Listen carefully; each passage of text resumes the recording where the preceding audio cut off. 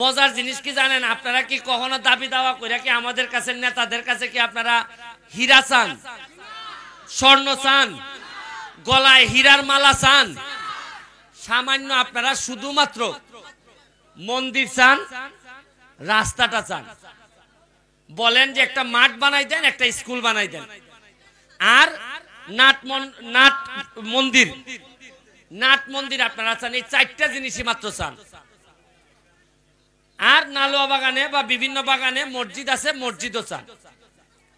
তো এই চারটা জিনিস দিতে পারে না কেন নেতারা? এখন প্রশ্ন হইল যে আমি কেমনে পারমু দিতে? মাত্র 4 মাস হয়েছে এমপি হয়েছি। কয় মাস হয়েছে? আবার বলেন কয় মাস হয়েছে? আপনি কি জানেন যে আমি বরাদ্দ কত পাইছি?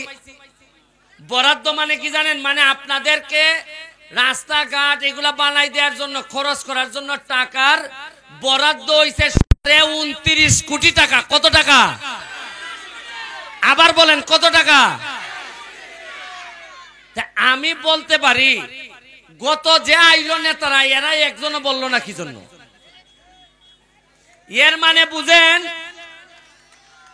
4.5 মাসে 29 কোটি যদি পাইয়া থাকি, তাইলে আগামী 5 বছরে আমি কত টাকা পাইমো?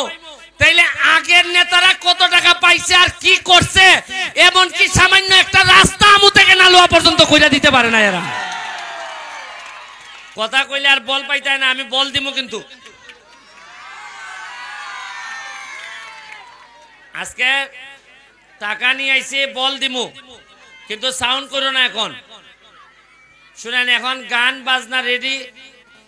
গানের সময় কোনো বক্তব্যই ভাল লাগে না। আমি চাইও না লম্বা বক্তব্য দিতে। আমার কথা হইল যে ভোট দিছেন আপনারা বক্তব্য দেওয়ার আগেই, আপনারা ওইভাবে আমারে চিনতেনও না, তারপরও আপনারা আমারে ভোট দিয়ে সম্মানিত করছেন।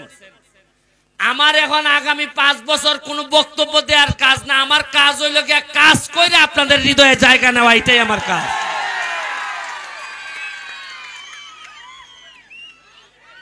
এই যে গান শুরু হইছে, আগামী দুর্গাপূজায়ও গান হবে। আমি আপনাদের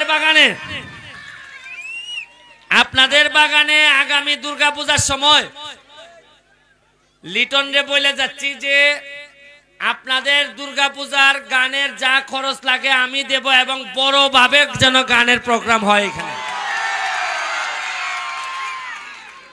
চুলকাইতেছে, ভিতরে মনে পোকা ঢুকছে। মানে আমার এমন ফুল দিছে, ফুলে ফুলে এখন আমার শরীর চুলকাইতেছে সব, আর গরমও মাশাআল্লাহ। শুনেন, আপনারা আশ্চর্য হবেন, এত বছর ধরে এমপি মন্ত্রী আসে, চা বাগানের যে চায়ের দাম কম, এখন পর্যন্ত কেউ জননেত্রী শেখ হাসিনার কাছে গিয়া বলে নাই।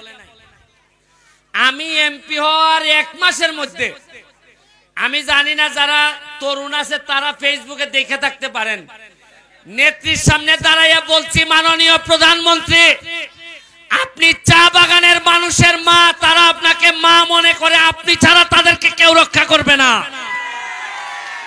আমি বলছি যে যতদিন আমি এমপি আছি, আমি চেষ্টা করে যাব তাদের দাবি দেওয়া।